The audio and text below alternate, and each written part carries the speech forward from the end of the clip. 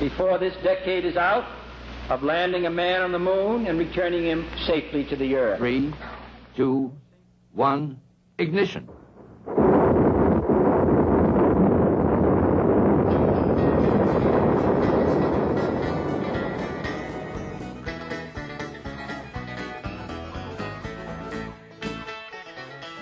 Getting a chance to meet Warner von Braun, you know, I'd just been in a program a few months, and I met Al Shepard, John Glenn. Man, I was riding high, and I was an astronaut, and he didn't know how to spell it.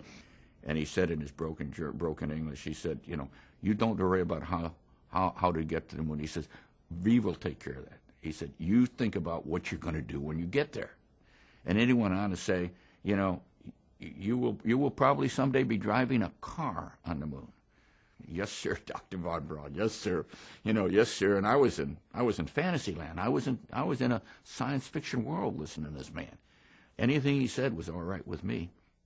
The Valley of Taurus Littrow, which literally is deeper than the Grand Canyon of the Colorado out in Arizona and the desert southwest, was selected for a variety of reasons. Probably the most important reason was it gave a huge three-dimensional view of the upper crust of the moon. Our nickname for Ron was Captain America.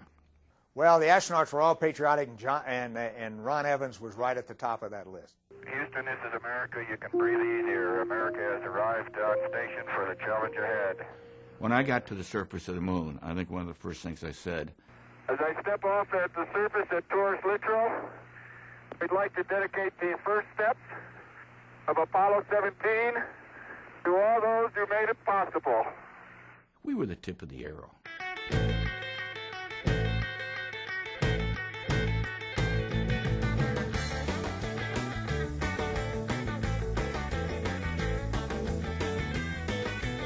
The problem with the F1 engine was that no one had ever built an engine of that size and that magnitude.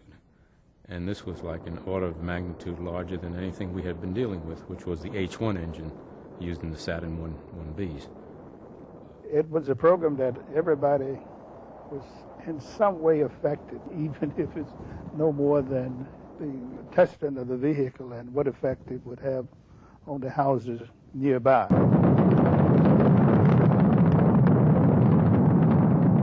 Well, the Haas played the role of retrieving the launch vehicle data, S1C, you know, S4B, launch, second burn, and providing that data to the engineers.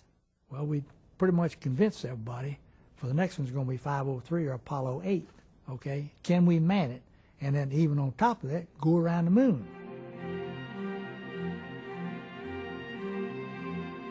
The Saturn V, in terms of unexpected problems, literally had little or none. Performed flawlessly, right to the bitter end. And on Apollo 17, here again, how much confidence can you have in a vehicle like that? Now we're ready to launch at night? About 30 seconds with this flexing of the muscles of the Saturn V. The best analogy I can give you is it's like driving a car over, a truck over railroad ties. It's just a very heavy vibration that gradually is superseded very, very slowly by an increase in G level. And at 2 minutes and 45 seconds, we're at about 4 Gs in the Saturn V, which is a pretty good pull. But then at that point, the first stage engine shut off, you stage, and the second stage engines ignite. And you go from about 4 Gs to about a negative 1.5 Gs as the whole stack unloads briefly, and then to a plus 1.5 Gs, all in just slightly over a second. And that's probably the most dynamic part of the whole lunar mission. It's a unique, special relationship when you're in the left seat, when you're commander, when you've got the ability to not just monitor, but to fly the Saturn V. And when you got to respect, it's the two of you and the Saturn V, which are going to get you there, one way or the other. And it tells you that, hey, baby, if I have a little problem with my guidance back here, I'll give it to you. You can take me there. I'll keep running. You can take me there. And I don't know if that's comes across the way I really mean it or the way it felt to me at the time, but that's the way it is. 17 Houston, you are go for orbit. Go for orbit. Those are kind words, Robert. We're go for orbit here.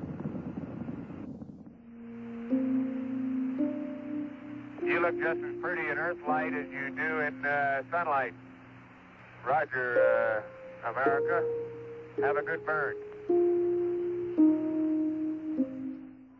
I was strolling on the moon one day in a merry, merry month of December. Now, May's a month. May, that's right. So 350 pounds for this automobile that you want as big as possible on the lunar surface, and folding that in such a way that it could be carried in a small volume of 4x4x4, and then unfolding it on the lunar surface with little or no expenditure of energy and time on the part of the astronauts. That was the technical challenges that were involved. But it would climb up grades. It would get us anywhere we wanted to go. I always, coincidentally, when you cross a set of tire tracks, you'd always look both ways just by habit to see what anything else was coming. Oh, hey! There is orange soil. Well, don't move it till I see it. It's all over. Orange! Don't move it till I see it. I've stirred it up with my feet. Hey, it is! I can see it from here. It's orange. Fantastic, sports fans. It's trench time. Jack, that is really orange. The value geologically of the rover was that it vastly extended our range of investigation. With the last 3 missions to the moon, we extended the time that we could stay on the moon significantly to where we could have 3 excursions instead of just long excursions rather than just 2 short ones.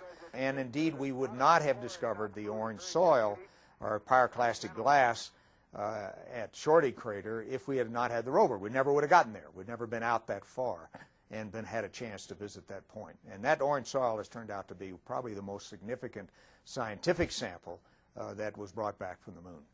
You all know that very significant discovery of some orange soil was made by Jack Schmidt.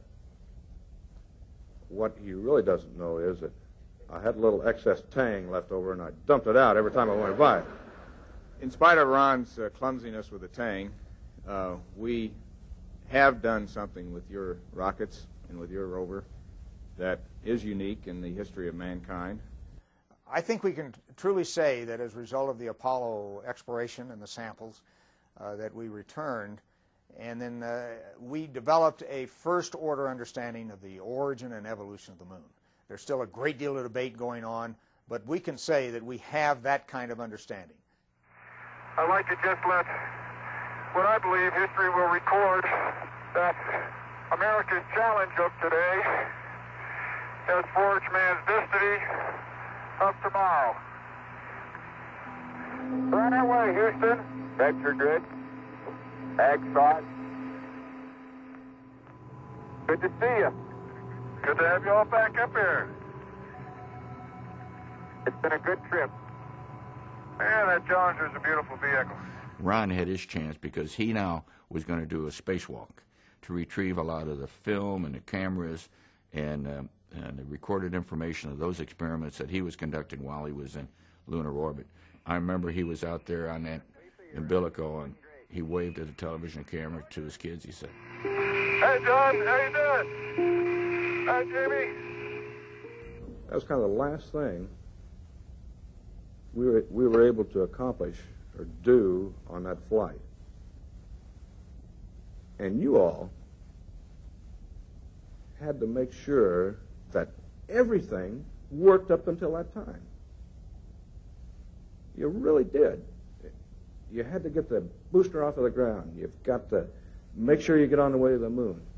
All of these parts and pieces and little bitty things have got to be working before I even had a chance to get out and say hi, hon, or what have you, and do this. And that's the part that I really want to thank you for. I'm not thanking you for me being able to get out there, but I'm thanking you from the standpoint of being Americans, being proud,